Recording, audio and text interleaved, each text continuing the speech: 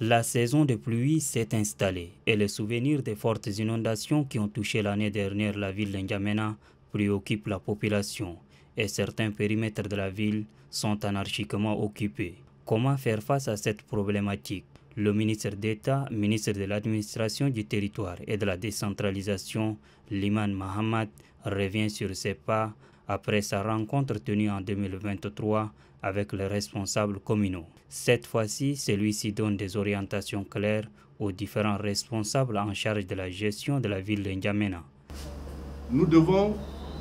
de manière lucide, situer donc les responsabilités et finir par prescrire des orientations impératives qui doivent être d'application immédiate, dans la mesure où nous sommes dans la Ve République, nous sommes un gouvernement d'action et de résultats,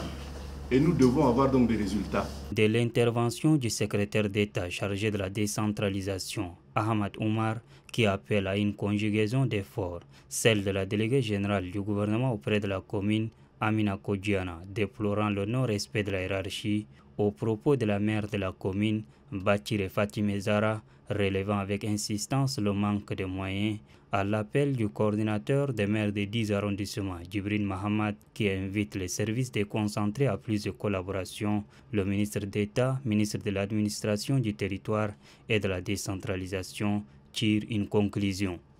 Il faudrait bien quand même que chacun, au niveau donc de sa commune, au lieu donc de se mettre donc à se plaindre, on n'a pas reçu, on n'a pas ceci, on n'a pas cela, il faut quand même que ce soit quand même donc pris en compte très rapidement, pour que chacun